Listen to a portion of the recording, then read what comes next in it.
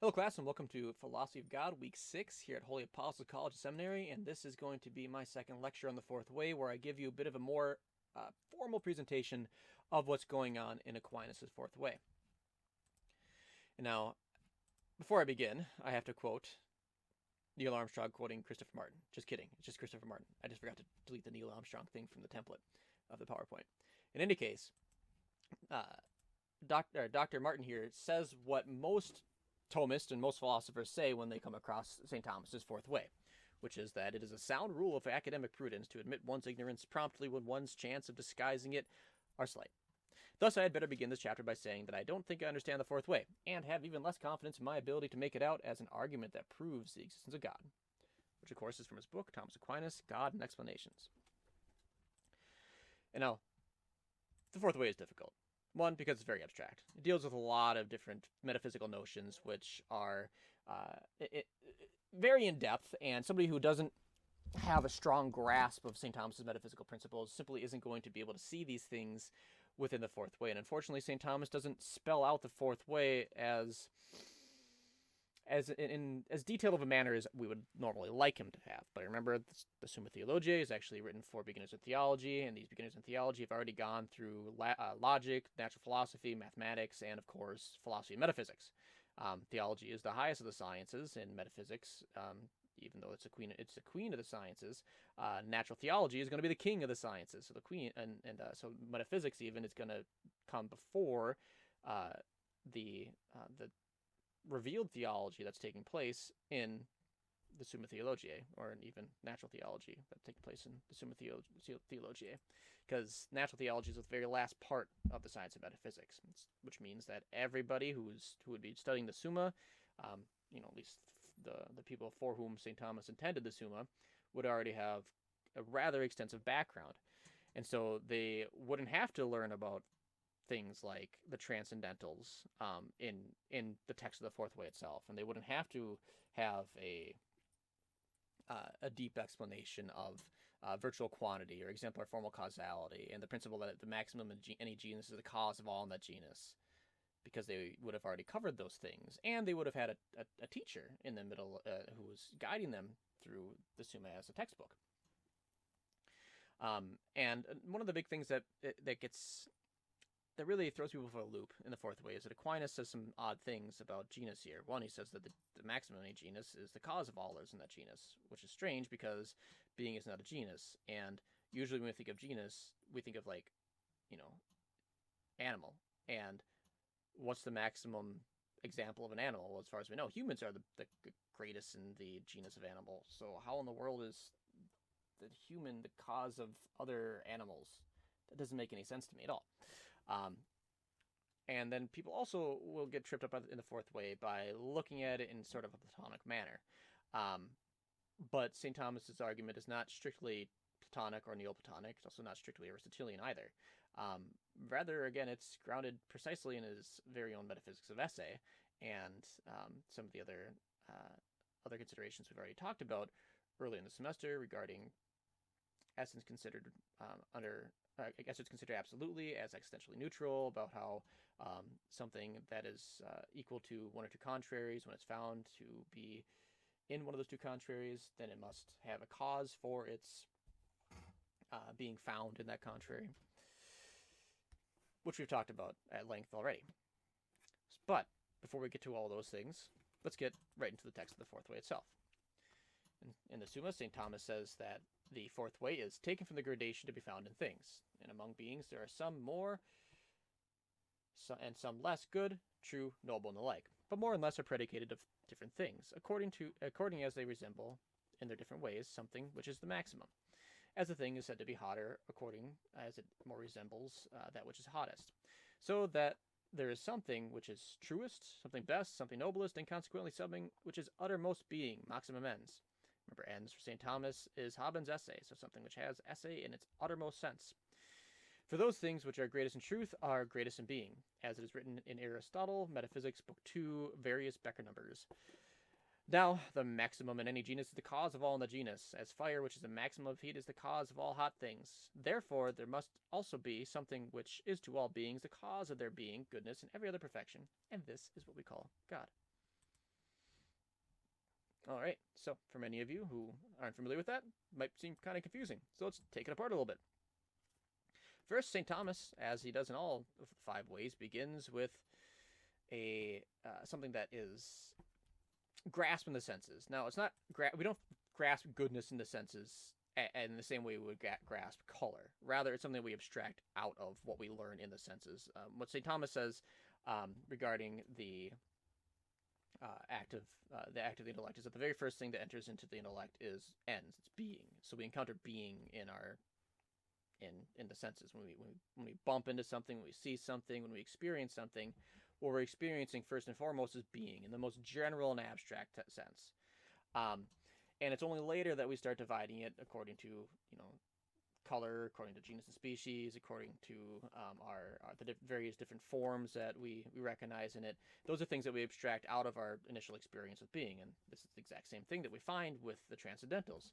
We encounter being, and we see that all things in some way have goodness, have truth, have unity. But we also notice that some of these things are more good, more betterer, more true.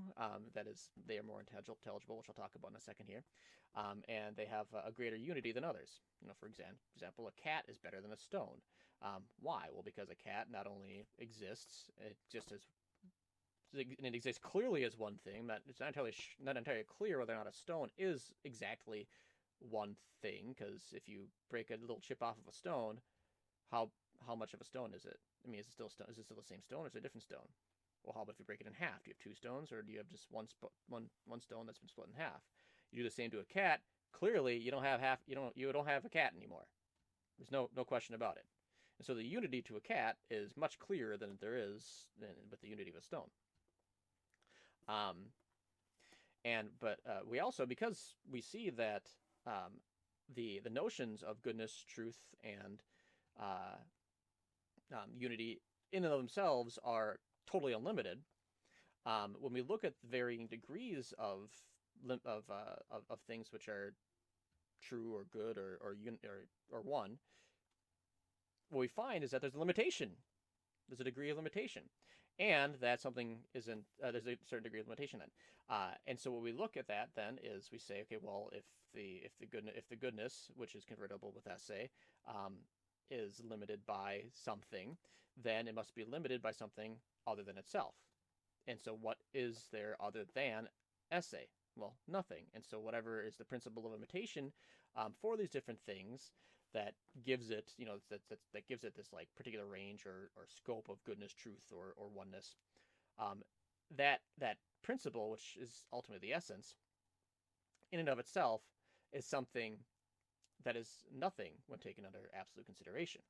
And it's existentially, and therefore it's existentially neutral. It could exist or it could not exist. And so whenever we find something existing in reality that is good or true or one, it's not just because of the formal cause. It's not just because of the essence of a thing, because if you think about it like humanity, or rather rational animal, it's either good nor evil. It just is a notion. It's an idea. It's existentially neutral. A man, on the other hand, may be good or evil. And so so in order to have the essence have any goodness in itself, it has to exist in the first place. And so the essence in itself, again, is something that's existentially neutral. And if it's existentially neutral, but we find it existing as we do in our common everyday sense experience, then we have to have a cause of its existence. And so and because the transcendentals convert with truth, goodness, and the transcendentals of truth, goodness, unity, and nobility and whatnot, all convert with existence or essay or being. Whatever is the cause of a thing's essay is also the cause of its truth and goodness and nobility. But even though the range of its truth, goodness, or beauty, nobility is simply something that's determined or limited by the form of the thing that's being caused to exist. And ultimately, as we talked about before, whatever this cause of being is, it must be maximally being. It must be maximum ends, which means that it would have esse in a completely unlimited sense, so ipsum esse subsistens. But that would also mean that it is unlimited truth, or truth in itself. Or it would have to be unlimited goodness, or goodness in itself, or unlimited power, which is or unlimited power in itself. And so not only do we find a thing which is ipsum esse subsistens, we also find a thing which is ipsum esse bonum.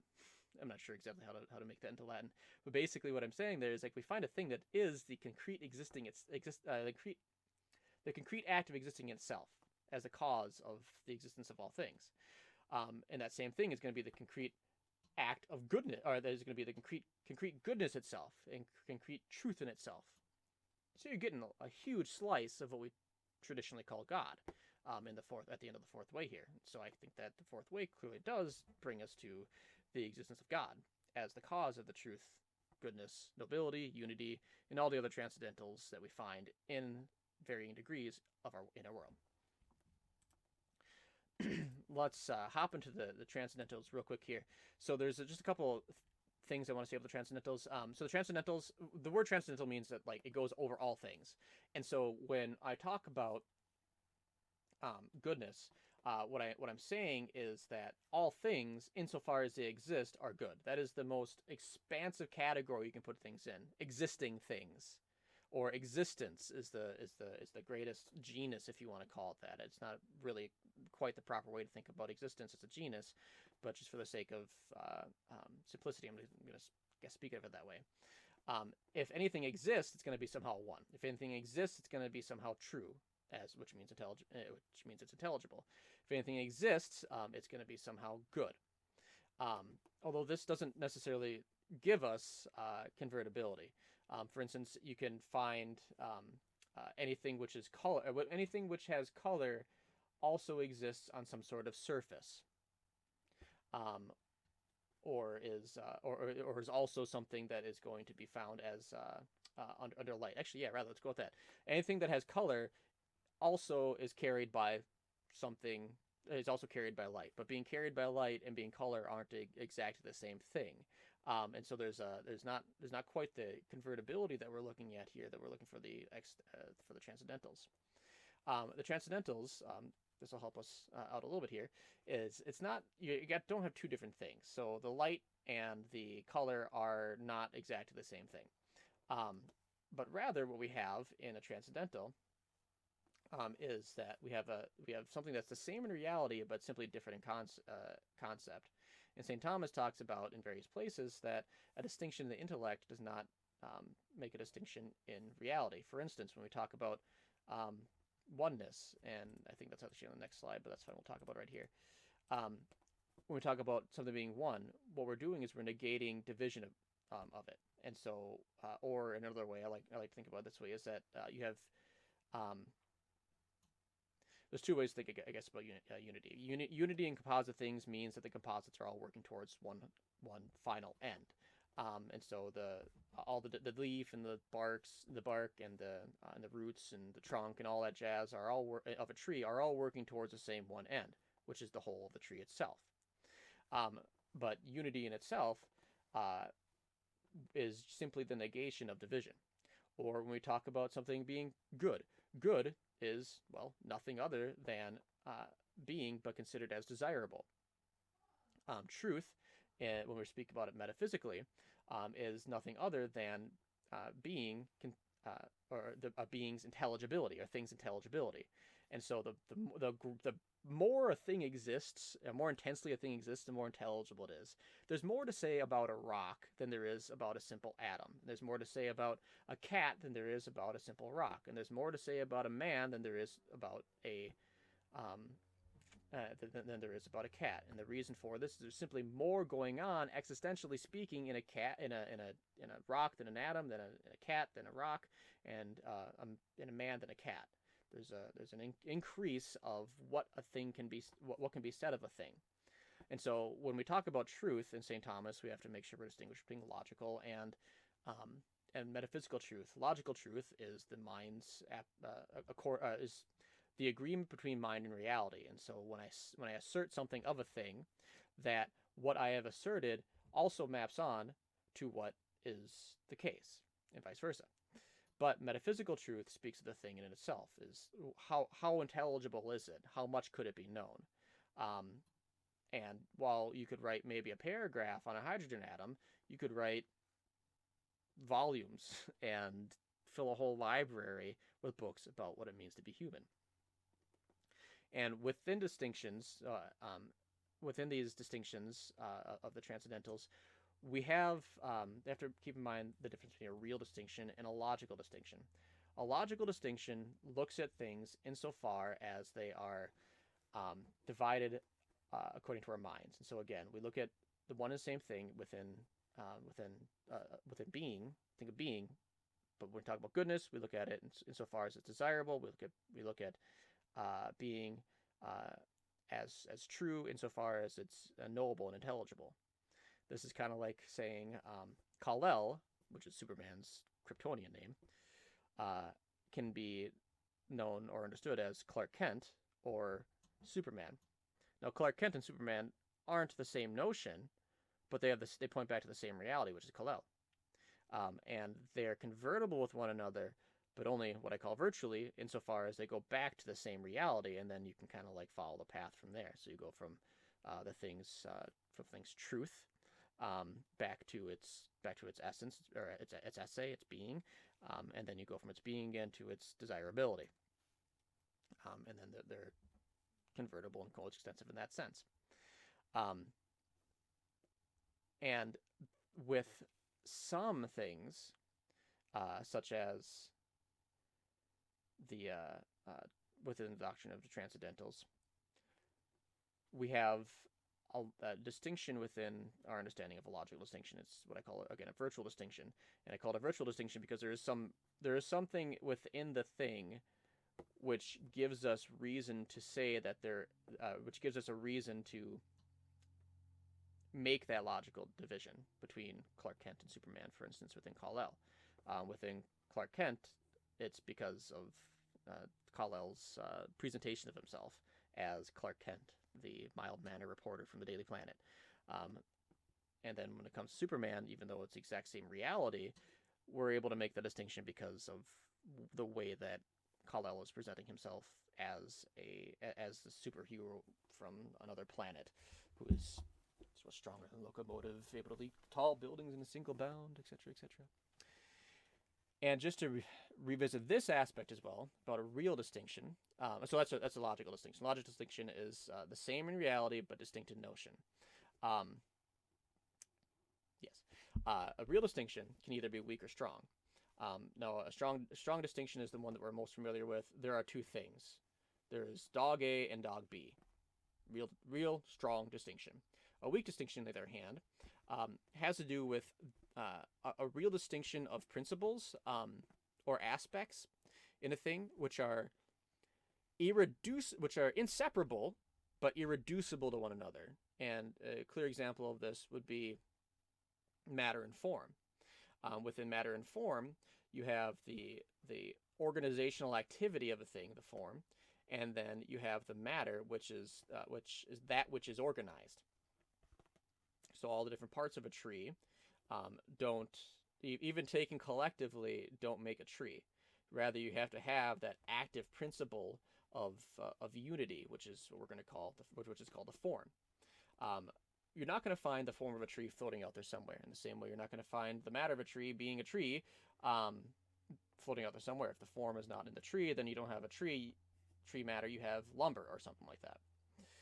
When it comes to essay, what we have is we actually have a weak real distinction, because you don't find in the real world essay of a tree floating out there somewhere, and the essence of a tree floating out there somewhere. That just doesn't make any sense.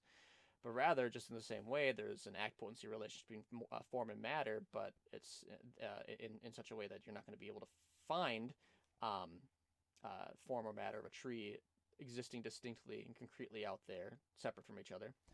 In the same way, when you talk about the essay and its essence, the essence to which it accrues, or the essay, or the substance that the essay actualizes, they're united. You're not going to find them distinct from one another out in a strong way, as out in the real world, but there's still an irreducibility there. The form and the matter can't be reduced to the form, and the form can't be reduced to the matter. But in the same way, the essay is something that's distinct from both the form and the matter, which is the essence, because neither the form nor the matter is something that needs to exist in itself. And so we see a weak distinction, although a real distinction, between esse and essence. But that's not the kind of distinction that we have, again, in the transcendentals. We have a logical distinction, although that logical distinction is given its particular characteristic or character for the kind of goodness a thing has, or the kind of truth, or the degree of truth, not by its having esse, but rather by the form. And so we see the form as limiting the very principle by which anything is good or true or one. And we talked about that a little bit here. Let's go on here. I just want to note one more thing. Nobility, and so people beat themselves up about this. I like this idea of nobility, and the reason for it is it speaks to the various degrees of things being an act. And so when you think about nobility, you think about people who are kind of higher up on the social food chain or the social hierarchy, and they don't intermingle necessarily with those below them. And so when we talk about things having a certain nobility of being, what we're pointing at is this reality that some things have a greater degree of actuality than others. Move on a little bit here. So now one of the keys to the fourth way is something called virtual quantity. But before I get there, I want to talk a bit first about this another notion called exemplar formal causality. Let me get to there we go. So as I've mentioned before, St. Thomas talks about esse primarily. That's his main focus in the five ways. But he also touches on other aspects of metaphysics as well, and that includes the four causes. And in the fourth way, we actually talk a bit about the formal cause, which I've talked about before. And the formal cause first kind of comes into shape when we start talking about the degrees in which things exist. Because we know that the various transcendentals are different ways of talking about being or existence. But somehow we find in things that they're limited. And so what is it that limits them? Well, it's going to be the form or the essence.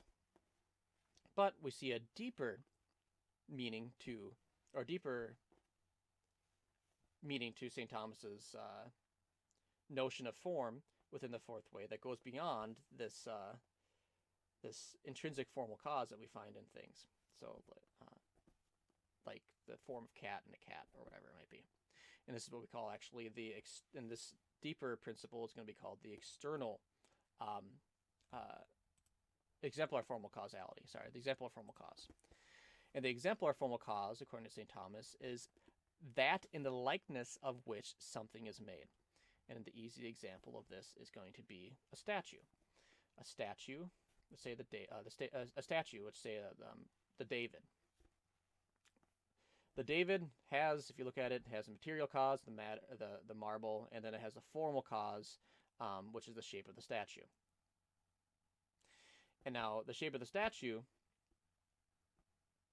is itself based off of something else. Well, what's it based off of? Well, it's based on the idea of the David that the carpenter or that the sculptor has in his mind before he engages his habit of sculpting to make the statue. And that idea of the David is the sculptor's idea and his vision for what he wants a statue to be in its absolutely perfect consideration in a totally unlimited manner. And when he makes different statues, let's say sometimes he'll make one out of marble, he'll make one out of clay, make one out of wax, make one out of, mashed potatoes, whatever. In each case, when he applies this notion or this idea, this exemplar formal cause, this his ultimate plan for what the David should look like, when he applies that to each of these different kinds of material, the form of David is given to each one of them. However, wax might be able to instantiate the form of David better than mashed potatoes, or the marble might be able to instantiate it better than the wax, because at the very least the marble doesn't melt in the sun. And so we see within the matter, because of the kind of limitations that the matter has on it, varying degrees of the different the different mediums to instantiate the form of the David that is existing first of all in the carpenter's or the sculptor's mind. And each thing, even though it has the form of David in it, is judged as either a better or worse example or a better or worse approximation to the sculptor's perfect appreciation or perfect consideration of the David. And it's limited, and that's how we judge these things as more or less. And one of the crucial features here is that an exemplar formal cause can only be an exemplar formal cause when it's conjoined with an act of efficient causality. And so with the act of efficient causality, the sculptor conjoins the exemplar formal cause to the matter of marble or mashed potatoes or wax. And when he has combined it with those different material substrates, each one of those things receives it according to the manner of their nature. And so the mashed potatoes will receive the David to a certain extent. The wax will receive it to another, and then the marble was going to receive the form of the David to another degree yet. And again, all of them are good or bad, better or worse according to how close they approximate the idea that the sculptor has in mind of what the David is considered precisely in itself. And so when it comes to the fourth way, what we find is this perfection of esse. And at this point, we're only looking at it in terms of a consideration, like a mental consideration. So we see that all these things, cats, trees, dogs, they all share the common trait of existing. But what's amazing is that they all exist in different ways. And they exist in different ways and different degrees according to the kind of thing that they are. But if we take existence or esse precisely in itself, then what we find is that it's unlimited. And so all of these things, when we compare them to our notion of esse or existence as something that possesses possesses all the perfections of esse in an unlimited sense, or all the perfections of all the genuses in an unlimited sense, these things that we find are more or less good or true or beautiful or noble in approximation to that. Now we're not quite here yet, and that's where that's where we talk about the exemplar formal cause. So we see that there's an exemplar formal cause where all things are striving to or all things can be measured against the unlimited notion of esse that we get from judgment, and our reflection on esse itself is unlimited. But we're not quite at the point where we're saying that there is a cause for the being and goodness and truth and nobility in the limited things of our experience. Not quite there yet. All right, and this is what we're talking about when this is what St. Thomas talks about a little bit later in the Summa when he says that there is a distinction between bulk or discrete quantity, and another very little known doctrine called virtual quantity. And so if you look at the form of if you look at each of the different sculptures, or if each of the different statues that we have, one that was made out of mashed potatoes, one was made out of marble, one was made out of clay, whatever it might be, each of them have a degree of the form of David, have a different degree of the form of David in them, even though it's the exact same form that's being, attempting to have that's being instantiated in each. each of them have it in greater or lesser degrees, and this would be speaking to the virtual quantity of the form of David within each one of these statues. And we see the same thing with esse. When we talk about esse as being found in various things in varying degrees, each thing has esse to a different, according to a different virtual quantity. And so that when we can say a thing exists in more or less a way, what we're saying is not that there's going to be like one existence, two existence, three existence, as in like, you know, my cup has one existence and then I have five existence or whatever because I'm a person. That's not what St. Thomas is talking about at all. Nor is it that we're going to find like a cup of existence. You know, you're not going to like a 8 liquid ounces of existence in something. That's not what St. Thomas is talking about. Rather, he's talking about the intensity. He's talking about the scope of how big a thing can exist. And this is what St. Thomas has to say about virtual quantity in itself. When he talks about virtual quantity, he's not talking about the way we normally think of quantity, which is going to be bulk or discrete. Bulk being like how much you can measure as one unit, and discrete being how many individual units you can count of something. Rather, he talks about virtual quantity. And this is what he says. He says there is also this virtual quantity, which is measured according to the perfection of some nature or form. To this sort of quantity we allude when we speak of something being more or less or hot, for as much as it is more or less perfect in heat. Now, this virtual quantity is measured firstly by its source, that is, the perfection of that form or nature, such as the greatness of spiritual things. Just as when we speak of heat on account of its intensity and perfection, so Augustine says that that in things which are great but not in bulk, to be greater is to be better.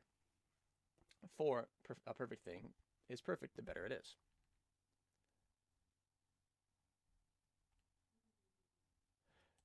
Now, before I speak further on this topic of virtual quantity, I want to talk about St. Thomas's use of the analogy of fire here. And now, this illustration of fire throws people for a loop, because they'll think of, well, St. Thomas is talking about his elemental understanding of the world, or he's talking about how fire is the hottest thing, period, which isn't actually true. St. Thomas thinks that the heat of the sun is greater than the heat of the fire that we find on Earth. But that's completely irrelevant, because remember, St. Thomas's 5 ways are not about his natural philosophy or his understanding of natural sciences. Rather, they're metaphysical arguments. And so when we talk about this analogy, what we're doing is, even if he is using an analogy from his understanding of natural science, whether or not it's flawed is a different question. We need to look at the analogy and what he's trying to say with it, rather than looking at the analogy and mistaking it for the argument. And I talked about this when I did my informal presentation of the argument. So if you have, because his whole point is here is heat is the hottest thing. Great. And it's a source of heat. And by its very essence, fire is hot. Fantastic. And so when he says that something is more or less hot, what we find is that it is more or less hot according to its, how closely it approaches the heat of the fire. But this also indicates something else to us from St. Thomas, because he did think that fire in itself was one of the 4 basic elements in things, and that if a thing was hot, that means it had more of this element of fire within it. And the more of this element of fire it had within it, the hotter it got, until at the very least it was, until it was fire itself. And what this means is that when St. Thomas is looking at things which have heat by participation in fire, we ultimately must come to a thing which does not have heat by participation, but rather heat by its very essence, which is fire. And so when we understand virtual quantity, we can understand 2 things. First, it's that we can speak about one species being more or less perfect than another, and we can also speak of one individual within a species belonging to a genus with more or less perfection than another individual. And to help you understand this, let me give some examples and talk a little bit more about genus and species. And this is going to make things a lot clearer. Let's take virtual quantity 2 examples here. I want you to first consider the genus mammal. And now we need to understand this not as the logician understands it, but as the philosopher understands it. Now, a mammal, we can define it as an animal that is vertebrate, as it has a spine, it's endothermic, warm-blooded, and produces milk to feed their young, etc. For a logician, the genus is merely understood as a definition I just stated. And so when a logician discusses a mouse or a man, he uses the term mammal univocally. So a man is just as much of a mammal as a mouse is. Okay. So the mouse, for a logician, the mouse and man, qua mammal, are no different at all. They're equal mammals. And this is this logical genus of man, or sorry, of mammal, is existentially neutral. It doesn't do anything. It's completely causally inert. So this is not the kind of genus that St. Thomas has in mind here in the Fourth Way. However, when a philosopher considers a genus not as existentially neutral, but concretely and causally as a generator of species, if you will.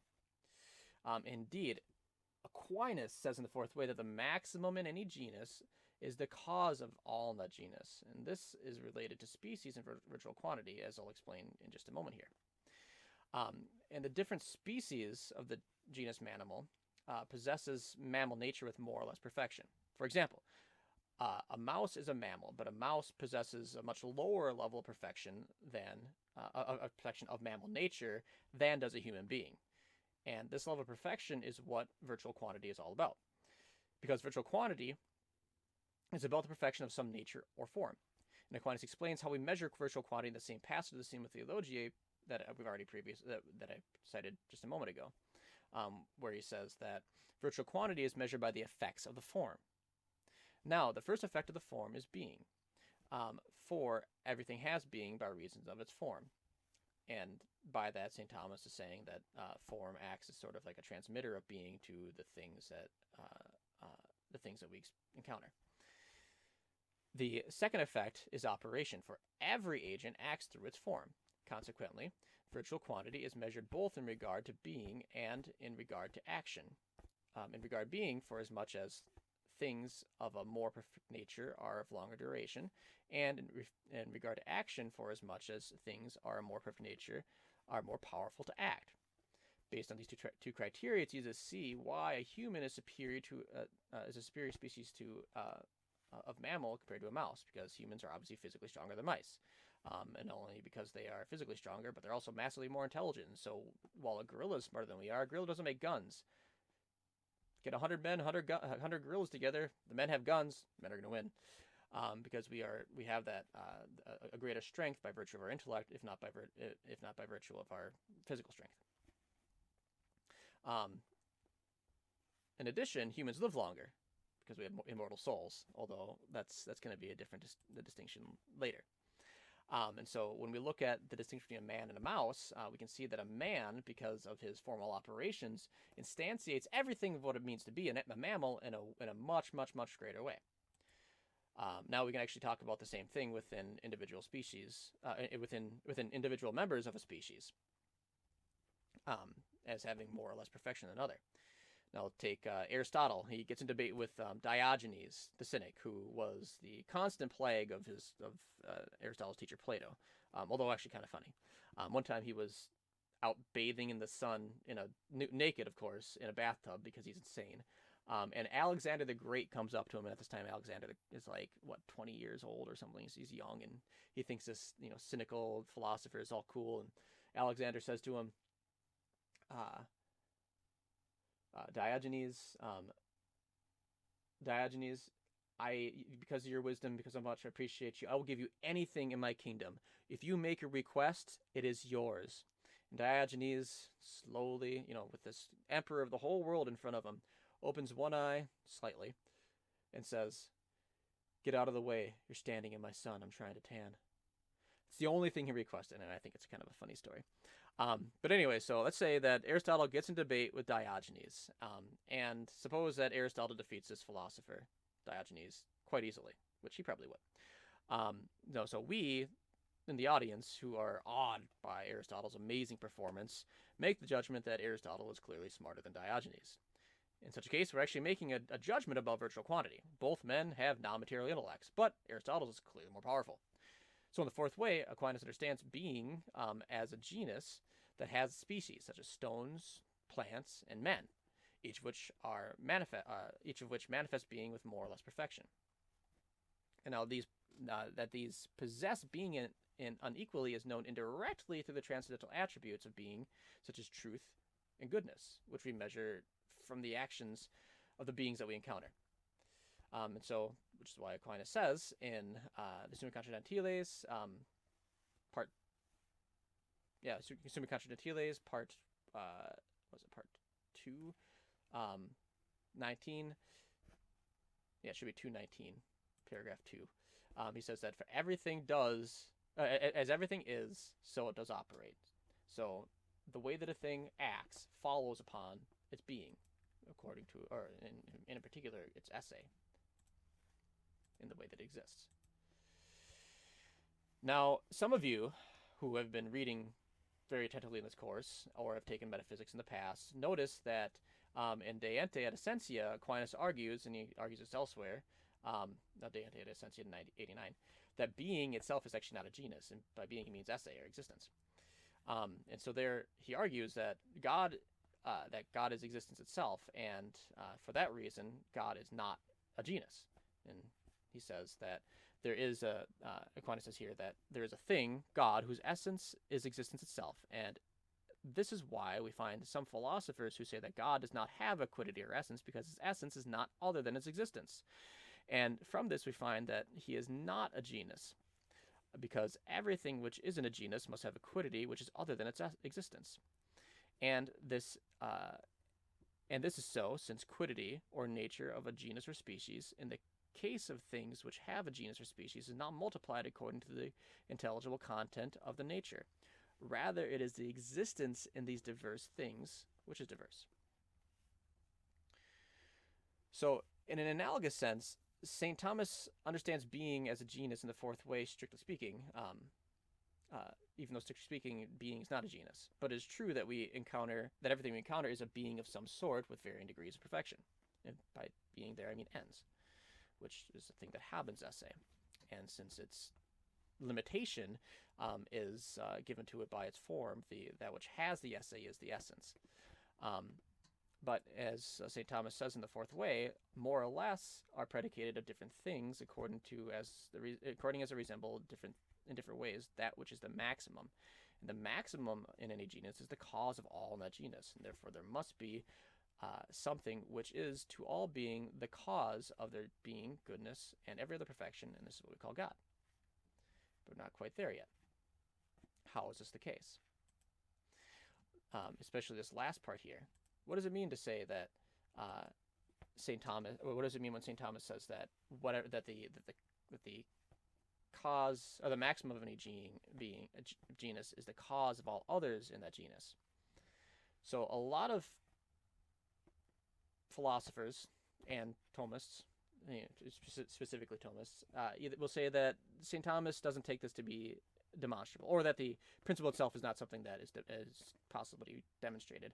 Or some others will say that the principle that the maximum of a genus is the cause of all others in that genus is something that should be known per se nota. But I'm not sure that this is the case. And we can see this in the Summa Contra Gentiles, where St. Thomas says that whatever a thing possesses by its own nature and not from another cause cannot be diminished and deficient in it. For if something is subtracted from or added to a nature, another nature will at once arise. Excuse me. As is the case of number, whereas the addition or subtraction of the unit changes the species of the number. If, however, the nature or quiddity of a thing remains integral, and yet something in it is found to be diminished, it is at once clear that this diminution does not derive simply from that nature, but from something else, by whose removal the nature is diminished. And so whatever belongs to a thing, not by virtue of its nature, belongs to another. It's kind of the note that I want to give to that.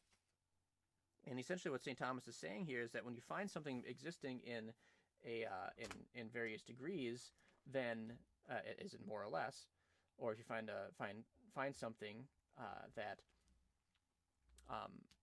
find a common attribute or a common property that exists as more or less, those things which have them in varying degrees don't have them by nature.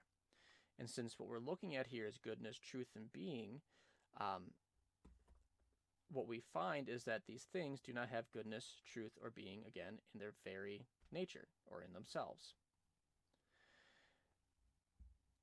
And what we come across then a little bit later on in this argument, or in this line of thinking we've talked about as the de ante reasoning, or the existential cosmological reasoning, is that if we find in a thing a particular attribute or property, it's either something that comes from its essence or comes from without, from an efficient cause. And since it's the case that these things which limit, these things that we find that are that have existence in a limited sense, have existence in a limited sense, then existence and being and truth and goodness are not something that belong to them essentially, but are caused in them efficiently by a cause.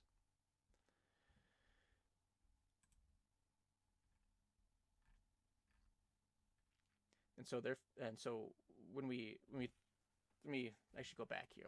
I'm making a couple more comments on that. So whatever belongs to one thing less than to others belongs to it not in virtue of its own nature alone again, but through another cause. And so that thing of which a genus is chiefly predicated will actually be the cause of everything else in that genus, which is what we've seen in the fire. So again, when we see that which is most hot is the cause of the heat in all other things, and so what is most light will be cause of all the light and limited things. Now, I'm almost ready to unveil my modified version of the fourth way, but there's at least one more thing that I want to attend. So just in the third way, we arrive at a contingent being of things indirectly from the fact that they are generated and corrupt. In the fourth way, we arrive at the unequal possession of being indirectly from the unequal possession of transcendental attributes of truth and goodness. And since we've already covered a bit about the transcendentals, let me highlight exactly how this comes into play in the fourth way. So in the fourth way, Aquinas lists only goodness, truth, and nobility, which is often again translated as, or which is transferred from the term in Latin nobilitas. But scholars fight over how this should be understood. I always understand it, the word noble to compare different kinds of beings, such as humans being more noble than plants, because St. Thomas, and this is because St. Thomas understands being as a genus in the fourth way, and we see that they exist on this kind of like scale of if you look at animals and humans, they're both categorized into the genus of living things, but humans are greater within that genus than plants are. And because St. Thomas is talking about this distinction of genus, I like to think about that term nobility as being something giving us a hierarchy to look at. And so just as a human is greater in the hierarchy of living things than a plant, nobility, when it comes to the transcendentals, gives us a hierarchy in terms of their possession of esse, and their possessions of the transcendentals follows directly upon that. So there are some things which are going to be more true, good, or beautiful, are also going to be things which possess esse in a greater, more noble extent.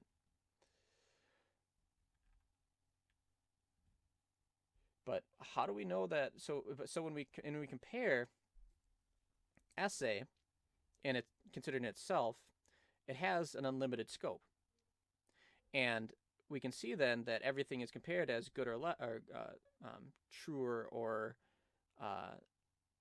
better or more powerful or noble, according to this unlimited notion of esse. In the same way, we can compare the genuses, the various genera in animality, the various species in animality to the abstract notion of genre, of the genus of animality, which has all of the perfections of what it means to be a living thing, considered precisely in itself. but there's a difference here. All of the things in the species of living, or in the genus of living things, by their very nature are going to be living things. And so should they be found to exist, then of course they're going to be living things. And so they have this, their life is precisely considered as such within their own essence. However, when we look at the broader genus of existence, what do we note again?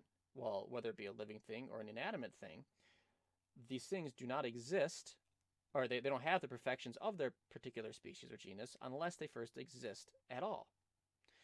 And what this indicates to us is that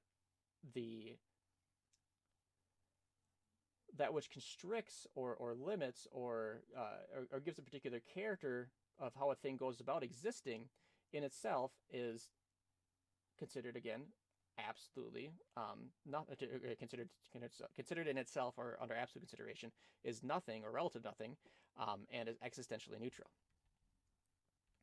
But if it's existentially neutral, then it tells us that it's caused.